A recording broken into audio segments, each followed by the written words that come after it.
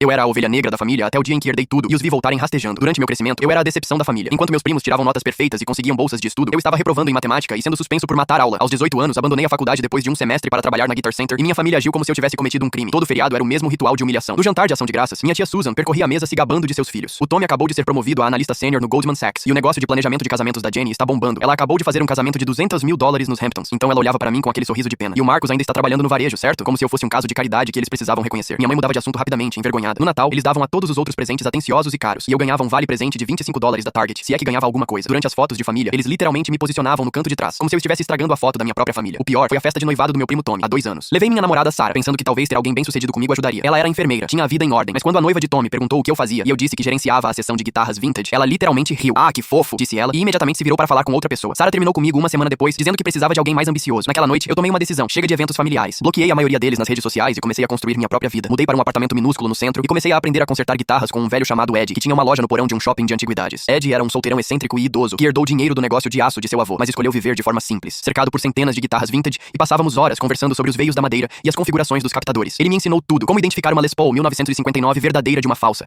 como refazer a fiação de Fenders vintage, como restaurar guitarras que pareciam não ter mais conserto. Por 3 anos, não falei com minha família, exceto por uma mensagem ocasional da minha mãe perguntando quando eu ia tomar juízo. Ignorei todos eles. Ed se tornou o avô que eu nunca tive, e toda terça-feira pedíamos comida chinesa, e ele me contava histórias sobre a compra de guitarras de músicos famosos nos anos 60 e 70. Então Ed teve um ataque cardíaco. Eu o encontrei na loja naquela quinta-feira de manhã e no hospital. Ele segurou minha mão e sussurrou: "Você é o único que realmente entendeu o que essas guitarras significavam." Ele morreu naquele fim de semana. Eu estava arrasado. Ed era a única família que importava para mim. Uma semana depois, seu advogado ligou e a voz do Sr. Henderson era profissional, mas eu podia ouvir surpresa nela. "Sr. Marcos, preciso que venha ao meu escritório imediatamente. Houve um desenvolvimento em relação ao patrimônio de Edward." Pensei que talvez Ed tivesse me deixado 1 ou 2 guitarras como lembrança. Dirigi até o escritório do advogado no centro, esperando uma reunião rápida. Em vez disso, o Sr. Henderson me entregou uma pasta grossa. "Edward deixou para você todo o seu patrimônio: a coleção de guitarras, o prédio que abriga a loja, sua carteira de investimentos e aproximadamente 4,7 milhões em várias contas." Eu literalmente não conseguia falar. Ed nunca havia mencionado dinheiro, investimentos, nada. Ele vivia como se mal conseguisse se sustentar. Acontece que a empresa de aço de seu avô valia muito mais do que qualquer um sabia, e Ed vinha investindo silenciosamente por décadas. "Há também isto", disse o Sr. Henderson, entregando-me uma carta escrita à mão. "Marcos, você é a única pessoa que viu essas guitarras como algo mais do que cifrões. Você entende que uma Telecaster 1952 não é apenas madeira e fios. São 70 anos de história da música. Cuide delas e cuide de si mesmo. Você vale mais do que sua família jamais percebeu, Ed." Sentei-me no meu carro em frente ao escritório do advogado e chorei por 1 hora. Em 48 horas, de alguma forma, a notícia se espalhou e meu telefone começou a vibrar com mensagens de pessoas com quem eu não falava há 3 anos. "Primo Tommy. E aí, cara, soube da sua herança. Deveríamos jantar em breve. Tenho algumas ideias de investimento. Tia Susan. Marcos, querido, tenho pensado tanto em você ultimamente. Gostaria de vir para o jantar de domingo esta semana?" Minha mãe ligou, soluçando. "Sinto muito por não termos apoiado sua paixão, querido. Eu sempre soube que você era especial." Até a noiva de Tommy, que riu do meu trabalho 2 anos atrás, enviou uma solicitação de amizade no Facebook com uma mensagem: "Sinto-me péssima por termos perdido o contato. Adoraria me reconectar." A mais patética foi minha ex-namorada Sarah. Ela mandou uma mensagem: "Vi a notícia sobre sua herança. Nunca parei de pensar em você. Talvez pudéssemos tomar um café e conversar. No próximo fim de semana é a festa de aniversário da minha mãe. Pela primeira vez em 3 anos fui convidado. Na verdade, não sou apenas convidado, sou o convidado de honra. Mamãe quer celebrar meu sucesso e reunir a família. Eu vou, mas não pelos motivos que eles pensam. Vou honrar a memória de Ed, mostrando a eles exatamente quem eu sou agora. Às vezes, a ovelha negra se torna o pastor."